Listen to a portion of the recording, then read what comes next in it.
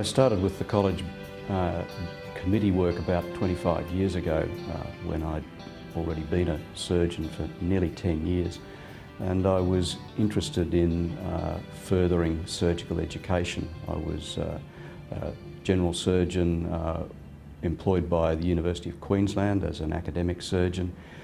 The universities are mostly involved with preparing students to become doctors, and I wanted to develop surgical education as a particular interest, so I joined the Queensland State Committee and in particular became involved with training matters. Did you feel that there were gaps in the surgical education system at that time, or was it simply that you were looking to expand it to encourage the development of surgeons? There were some gaps or things that could be improved at that time.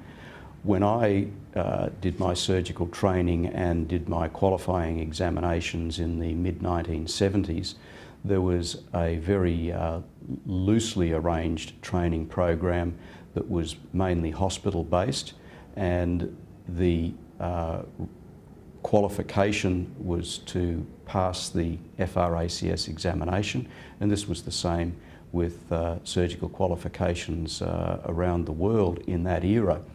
But we thought, I and many others thought, that there was a need to develop a training program with a structure and a curriculum, and that was one of the main things that I was involved in with committee work as things developed in the early 80s in particular.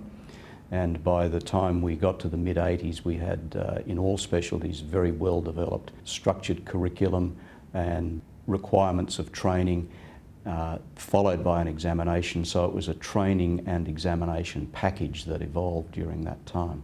Was your emphasis particularly on academic training as opposed to hands-on, or a combination of the two? My emphasis was on hands-on surgical practical training. Although I was an academic surgeon and research has always been a required component of surgical training, it's not a prominent part of the requirements of training. My interest has been to raise the standards of practical surgical education and training. And as a result of that process, how would you say Australia's surgical training now compares with the best overseas?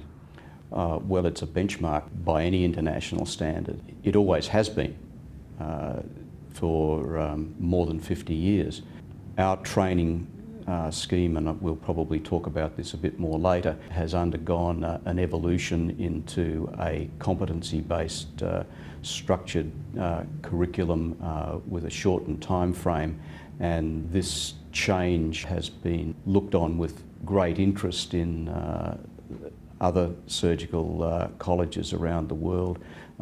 We think that it's an advance, and we will be able to do it with at least maintenance of our traditional standards, and hopefully by making it much more modern and using modern educational theory, that we will continue to maintain our leadership.